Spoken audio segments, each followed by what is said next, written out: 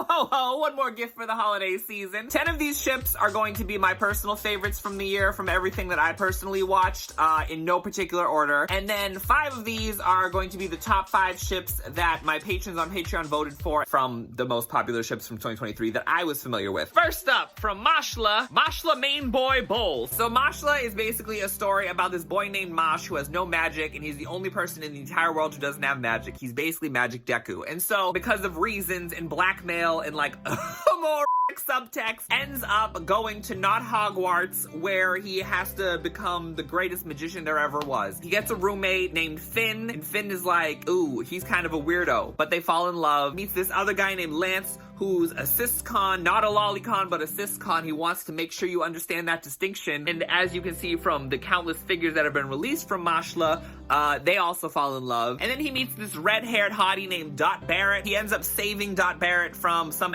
upperclassmen, and through saving him from the upperclassmen, they also form a rivalry and fall in love. And then as all 4 of the harem is assembled, the harem begins to interconnect. We have Lance and Dot, who end up falling in love through their rivalry. Finn ends up falling for Lance because he wants him to protect him. And then you have Finn and Dot, who are just in love because they're just irredeemably cute. Yeah, Mashle All Boy Bowl. Sorry, Lemon. Sorry, Lemon Irvine. That's my kitty, though.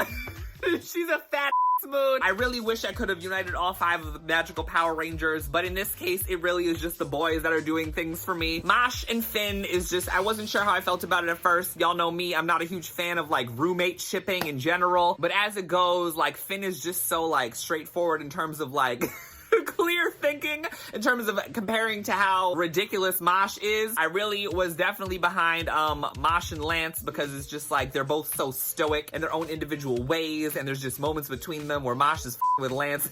Lance is like, I'll kill you. The way Dot like trolls Mash and the way Mash just shuts him down. Lance and Dot, I like immediately shipped, immediately from the OP. I was like, okay, this red hair, blue hair thing, usually I'm not this surface level. But the way Dot was teasing Lance in the opening, I was like, I'm absolutely here for it. And then when they actually met, it was also great. And then Finn and Dot might be my favorite in the bowl, simply because like Dot was like, oh, here's a housewarming gift because I came over. And then they're usually on the same page, and usually I end up in proximity to each other. From Paradox Live, Kanata and Shiki. Fair warning, I mean Nayuta. You'll see the correction eventually. Shiki is a sad little boy who is always bullied, and then one day he gets his wallet stolen after being beaten up by some bullies, and then Kanata steals the wallet back for him, and then is like, we should be friends because we like the same music. Also, you're kind of cute. And so they end up hanging out, and they end up becoming boyfriends, and then Kanata ultimately reveals to Shiki that, I haven't told my Oni-chan about you. End up having this cute little homo hideaway on top of a skyscraper. And then it's revealed that Kanata's part-time job has been causing him to have that corrosion shit that happens to your skin in Paradox Live. I forget what it's called. And so then he invites Shiki up to the homoerotic hideaway. And at the homoerotic hideaway, he's like, Shiki, I loved you, but I can't go on living like this. And so he then jumps off the building, which is real sad. But then, of course, Kanata is still alive. Oh, no, wait. I've said Kanata this entire time, and I'm talking about Nayuta. This is the problem with twins. So Nayuta, yes, I forgot, because the reason I remembered his name is Nayuta, aside from the fact that I f***ed up and wrote Kanata in my notes, is that Nayuta, I have an entire clone conspiracy going on with Nayuta. I believe everybody has their own Nayuta, and everybody who is potentially a clone is probably a Nayuta clone. I'm a hardcore believer, not only that the Nayuta that's with Kanata right now is a clone, and that the Nayuta that was with Shiki was also a separate but equal clone, and I also have a belief that Ryo is probably also like a failed Nayuta clone because he has an attachment to Shiki. But all of that aside, y'all know I love a tragic love, and I knew it was gonna be f***ed up. I didn't realize how f***ed up it was gonna be. It's not that super f***ed up, but it's fairly f***ed up, especially if the clone conspiracy is involved. Everyone's a Nayuta! Alright, the first of the ships that my Patreons voted for. Number 5, Vash and Wolfwood from Trigun Stampede. I have never seen Trigun Stampede. All I know about Vashwood is that they're called Vashwood. But yeah, Vash and Wolfwood, they were everywhere, even if you didn't watch Trigun Stampede. Blonde and black hair is like a go-to BL ship, whether it's BL or not. It was very weird to watch Trigun be relevant again, not only in 2023, but for it to be relevant and for it to look so different. But that's just someone from the outside looking in. Vashwood, number 5. From a Revenger, there was a lot of choices in Revenger, because Revenger is basically a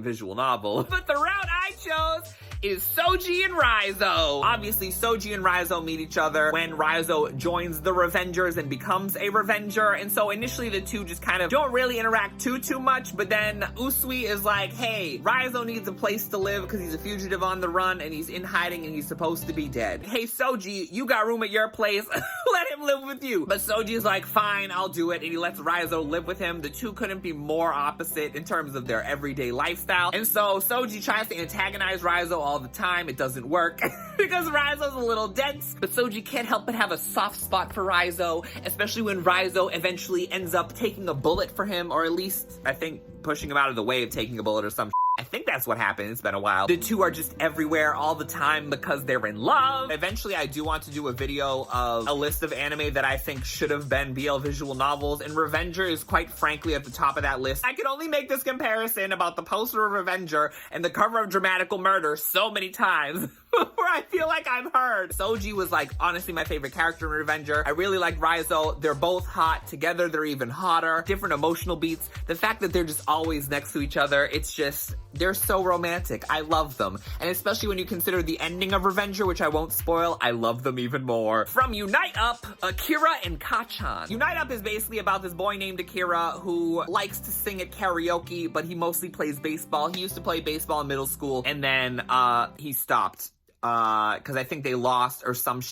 I don't remember. It's not important. Because what's important is that he has a best friend named Kachan. This is like another Kachan. One of two Kachans on this list. And so Kachan, it turns out, has secretly been recording Akira when they go to karaoke, and he's been uploading the videos on not YouTube. And Akira has been getting crazy views because he's surprisingly an incredibly talented singer. So eventually it's revealed that Kachan eventually got the attention of the people who are in charge of the UniteUp agency. Is that what it's called? UniteUp was top of the year. I don't remember this. Oh, so then Akira gets recruited by Smilia Productions, which is a talent agency that is new and upcoming. It's founded by these two legendary idols, one of which is Kujo Ten from an alternate universe, and he's unsure about it, and then so he goes back and forth about what he's gonna do. And through it all, like, Kachan is the one who put in the information for him to ultimately get recruited, because Kachan believes in him, and he doesn't like seeing Akira all sad about his baseball that we don't really fully remember the context of. And so ultimately Akira's like, you know what, I'm gonna become an idol, calls Kachan, and he's like, you know what, thanks.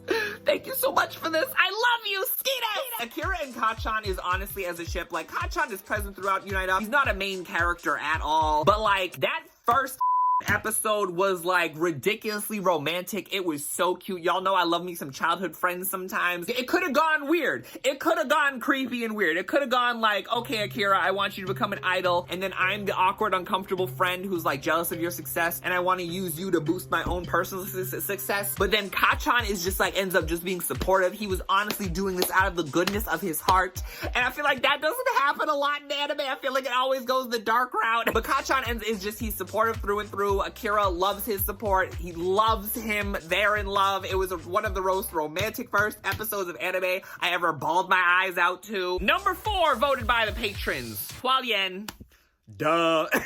From Heaven Official's Blessing, Tian Guan Ci Fu. I don't know what, do I have to explain them? I think arguably the most popular danme that is out right now, at least in the Western fandom space. I feel like it has definitely overtaken Modao Zusha, which I resent because I actually really like Modao Zusha a whole lot more. But I do like Tian Guan Ci Fu, Heaven Official's Blessing, but the Grandmaster of Diabolism, most ridiculous English translated title I've ever seen, that holds a special place in my heart. But HuaLien being on here at all, I figured was inevitable. Honestly, it being this low out of the top 5 is kind of surprising to me. Watch my getting into this series through its Wikipedia page video if you haven't seen it already. From Overtake, Haruka and Tokumaru. Overtake is a boy-wife racing anime where it's about this cute, adorable boy named Haruka who ends up, I think I talked about this in the shipping video. I'll spare you all the details. Haruka and Tokumaru is just like, it's the rivals to lovers that I absolutely love, especially because like Haruka didn't go into this trying to look for a rival at all. Like Haruka was minding his business and then like apparently got in Tokumaru's way when he was trying out for Belsorio, and so it's very one-sided in disliking him. But honestly, when Tokumaru was like, Haruka-chan, I was like, yo, like that was adorable. And him in his rage and trying to get along with Haruka as a potential replacement, love that. Overtake is overall great. I wonder, it's not gonna. Let me not get my hopes up. Troika's still the GOAT for giving this to us. Troika always gives me the good ships. Next up, from Mononogatari, arguably one of my favorite things to air this year, Hyoma and Botan. I know, y'all like, he's betrayed us again. But listen, honestly, Hyoma and Botan has restored my faith in heterosexuality overall. Mononogatari is basically a story about inanimate objects turned into these spirit beings. And so there are obviously humans who like police the spirit beings when they get out of control. And Hyoma is one of those people. Except he's really aggressive. He's like low-key like spiritual being racist because like his siblings were killed by a paper umbrella gone completely wrong. Ultimately because he's just like a savage, it gets him in trouble, and his grandfather is like, you need to calm the down. He's assigned to go live at the Nagatsuki household where there's this girl named Botan who is a human being, and so he's supposed to go to the place where he believes in order to just kind of like do an inspection, make sure that the Tsukumogami are not acting up and doing some evil secret shit. Botan's inanimate objects are what's called a bridal trousseau. Their whole goal in having Hyoma come in, the whole essence of their being is like, we want her to get married. They want him to be her husband. You would think like, okay, it's kind of annoying, but the two have like the cutest dynamic. But Hyoma's adorable. I love Botan. She's not like a damsel in distress. She's actually like low-key like Rule 63 Gojo, but we won't get into the spoilers of that. Hyoma is like gradually falling in love with Botan because like when he gets flustered around Botan, he starts speaking in like older dialects and Gozaru and whatnot. But what's great about it is like she'll be like saying things and he'll get mega flustered and she's like, are you blushing right now? And he's like, no way, Gozaru. So she like will attack him to try to see what his face looks like. I love that kind of dynamic when it's like not so much like the girl always just being flustered over the guy, but like it's also more so like the guy like doesn't quite get it and he's awkward in that romance. She's more secure about like, oh, okay, I guess I like him, and so she's like treading the waters like knowing that, but at the same time the guy is like doesn't know how to process these feelings, so he's super awkward about it. Hyoma is just like a dunce and also just like super serious, but a heart of gold in spite of his spirit racism that he eventually gets over. I keep mentioning, I have watched like a lot of romance series this year over the past few years over my lifetime. A lot of het romance. And a lot of het romance, I'm like, okay, this is fine, like this is nice. But Mononogatari, I was like, oh, you paired these two together and it's totally comp het. But it totally should be comp het because they're great together. All right, number 3 voted by my patrons. We're at the halfway point-ish. We're only at the halfway point? Christ. Halfway point. Number 3 from Buddy Daddies. I wonder who it could be. Kazuki and Rei from Buddy Daddies. Kazuki and Rei, I like Buddy Daddies. To be honest, I called the series Comp Homo. Rei has trauma. Kazuki has trauma. They're both in this up business of assassin shit. I liked them. They were nice. Obviously, per my patrons, they absolutely love Kazuki and Rei. Do you even know what Buddy Daddies is about? Buddy Daddies is a story about this guy named Kazuki and this guy named Rei, and they work together to pull off assassinations of high-profile criminals for this other criminal organization that's like Rei's like father's org, whatever. And so they live together cohabitating because they're married. And so they end up killing this one guy, and in killing this one guy, they actually orphan this one girl who had come to see the guy because her mother gave her away or whatever. And so they end up taking the girl in, and they take her in, and it's basically like Spy Family, but like homo. Ends kind of cute. I actually was not satisfied with the end. Not because they didn't like physically get together, but just that Kazuki was kind of hot through the series, and his time skip look, no. Will there be more? I don't know if I want to see old them doing more. It's not to be ageist. Idol 7 Third Beat Part 2, the GOATs. Y'all gonna hate this option. I can't help it. The heart wants what the heart wants. Momo and Ryo! Listen, Momo and Ryo,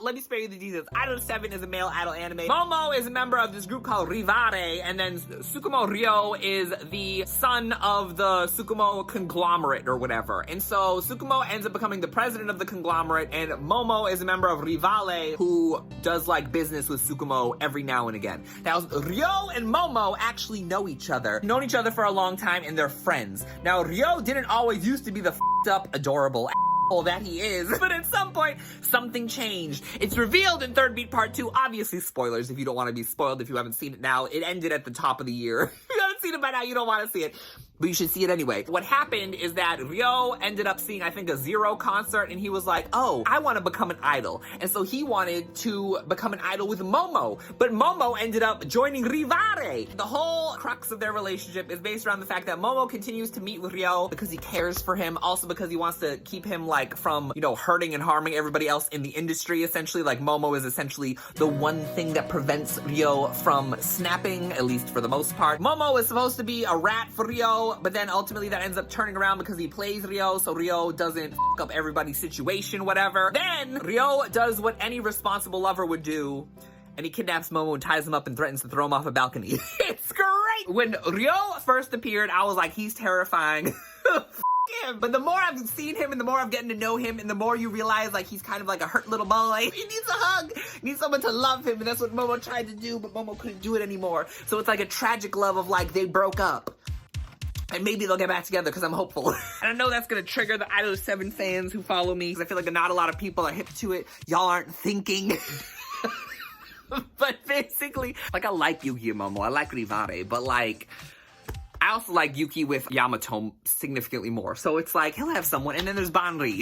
Even though Banri has, and let me not get into like, the ladders of Idol 7 shipping. And of course, pairing after this, similar ship, similar energy, similar frosted tips from Hypnosis Mic, Sasara, and Samatoki, aka Sasasama, according to them. I won't bore you with the backstory of Hypnosis Mic, but essentially what happens is that the two ended up meeting and becoming a rap and comedy duo back in the day, and then they broke up for reasons we have yet to know. Sasara, first of all, boyfriend of mine, he's basically Momo with green hair. They were like kind of a reluctant comedy duo, because Sasara was doing his comedy and Samatoki was like, I don't want to do this but Samatoki's sister was like, you should do this and because Samatoki has a soft spot despite being a Yakuza for his sister, he was like, all right, fine, I guess I'll do it. Initially the two just a bickering, bantering back and forth, also clearly deeply cared for each other. Years have gone by, they're both in different rap groups now. They ultimately get reunited over the course of Hypnosis Mic season 2, and then in being reunited, the chaos is back. You have just the angry Yakuza. You have the goofiest comedian, and you put the two of them together and they clearly show they deeply care for each other, and Samatoki is willing to like go along with Sasara's jokes. Sasara annoys the out of him, and Sasara's always like goading and like poking the bear with Samatoki. It's so great. I absolutely love that. Second best ship, according to my patrons, from my new bosses Goofy, Shirosaki, and Momose. I mean, there's a reason I chose it as the thumbnail for my fall ships video. Not quite top ships for me personally. Obviously, per my patrons, that is a priority. Also, according to analytics, it's a priority for y'all too. It's just cute, it's wholesome, it's sweet. They live together. I'm usually not here for roommates, but it's working for me this one time. Currently, at the time of recording, they're going through a wife swap arc in the series. And there's potential for Momose to also cheat with the chairman or whatever. Their adorable boyfriend bike rides in the middle of the night to go to the convenience store. Love them. They're great. They deserve to be number 2, even though they're not my number 2. From Boruto, Naruto, Next Generations, only on Patreon. The last ship in my personal top 10 ships before I get to the number 1 ship that was voted on my Patreon, Tsurune Season 2. Yes. Honestly, I spent like, I want to say like a day. I spent a day as I was formulating my ship list. I was like, I don't know who I'm going to pick from Tsurune Season 2 because there were so many options. And so I was like, you know what, f it. Let me go through the 4,000 screenshots I took over the course of Season 2 and like try to whittle down this list. Let me see who had the best moments. And unfortunately, as I did that, the list kept growing. So I said, f it. I ship Tsurune. I ship all of it. Everything in Tsurune. If you can think of it, I am probably behind it. Tsurune, for those that don't know, is basically the spiritual successor to Free, I would say, from KyoAni, from Kyoto Animation. Tsurune is currently an ongoing novel series published by them. Tsurune is also an ongoing series by them. I believe at this point it is currently the only series that features a predominantly all-male cast doing a sport. And so it essentially is similar to Free in that aspect. Absolutely similar to Free in the shippability aspect. Honestly, sometimes even more potently so, personally, and more spicily so, I would say. It's about a bunch of boys who are part of this Kyudo high school club. Kyudo is archery, so it's a very specific kind of Japanese archery. These boys are just members of a Kyudo club, and there's other Kyudo clubs. They compete with Kyudo. Full of oldies but goodies. I got Minato and Ryohei. Absolutely love them. They've always been the cute childhood friends. Ever since season 1. Minato and Seiya. Even though, again, as I said, I don't really like Seiya. Seiya gets better as Seiya gets more evil as the series goes. Minato and Onogi, of course. We have a little bit of tension there on one side more so than the other. Minato and Shu. There's like a rivals. Childhood friends. There's a whole lot of childhood friends in this. Maybe that's why I love Tsurune. And now in Ryohei, they're like the high-spirited, like super like energy of the team. There's Kabashima and Yushima, who are basically betrothed from Shu's team. There's Daigo and Hiroki, who are the two fathers in charge of Shu's Kyudo team. And then, of course, the girls. And then this new season has brought in some new things. For some context, what happened in season 2, another team was brought into the mix with this guy named Nikaido Senpai, who is Minato Senpai from middle school's Kyudo club, and with, of course, a whole new team brought in the mix. Whole bunch of new dynamics. Minato and Nikaido. Nikaido is a big ol' tsundere. Nikaido is also jaded as also irreparably in love with Minato-chan. Minato looks up to his senpai. Nikaido and Fua. Fua reigns Nikaido in. Fua's also hot as good for Nikaido. Onogi and Hiroki. We have the captain of one team. Is Onogi the captain of their team? I guess he is Captain, my captain. Aragaki and Higuchi. Third years from the new team. Seiya, Minato, and Shu. Because it turns out that Minato not only wanted to be with Seiya and also wanted to be with Shu. He's like, you know what? Let's just bring it all together. Bring it in, team! Fua and Minato, in their different instances. Fua, again, is hot. Minato is hot. Together, they're absolutely hot. Fua has, like, this nice energy about him. And, like, Minato in season 2 is, like, a raging Personal faves from Tsurune based off of season 2. Minato and Nanao has been my lowest of keys fave from season 1. Season 2, much more higher key, especially Minato's role in relation to Onogi and Nanao's like tension, their angst moments. Minato being like a voice of like, Nanao, you do love Kyudo. And he's like, oh, Minato, you're so hot right now. Seiya and Onogi was a surprise ship. I didn't know I was gonna be a thing or was gonna be as potent as it was. As Seiya gets more evil, I learned to accept Seiya. Maybe not love Seiya, but I learned to accept Seiya. Is Seiya just with him the entire season? This came out of nowhere.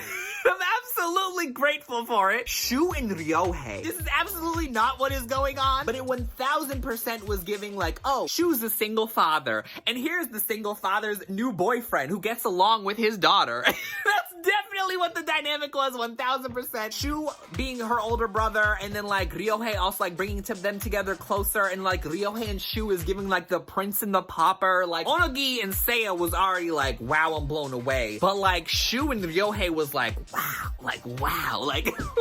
I can't not recommend Tsurune enough. To my hat. The head rubbing my own And now, number 1 most popular anime ship. I'll give you a hint. It's Boy, and it's from a popular anime. This is going to be the least shocking number 1 you've probably heard all year. From Jujutsu Kaisen, Goto already f***ed it up. Gojo and Geto. Goto should be their ship name. They're in love, basically. I mean, Jujutsu Kaisen will never give y'all that. Because it's Weekly Shonen Jump, but it's the closest they'll probably ever get, quite honestly, from what I've seen. I know so much about Jujutsu Kaisen, I don't even watch it. Even I know that these two are arguably, without question, the most popular ship of the entire year. Jujutsu Kaisen fans really only cared about that section of season 2. From what I've seen, at least. Just to recap the top 5 ships from my patrons, the people. Number 5, Vashwood from Trigun Stampede. Number 4, HuaLien from Tian Guan Ci Fu. Number 3, Kazuki and Rei from Buddy Daddies. Number 2, Shirosaki and Momose from My New Boss is Goofy. And number 1, Gojo and Geto from Jujutsu Kaisen. As you can see from this video was brought to you thanks to the input from my patrons. So if you want to give input on future potential poll or listicle videos, become a patron of mine. You never know when those will pop up in the new year. There was a ship on here and a few other aspects about different ships on here that were, I didn't feel safe. I didn't feel safe sharing on YouTube. So if you want to see them, the unsafe along with the uncensored version of this video, become a patron of mine. You can watch this entire video without beeps and with that Boruto ship. That I very lovingly love. Next up will most likely be a playthrough of something. I don't know what, but I'm gonna end the year with a playthrough because I can. Bye!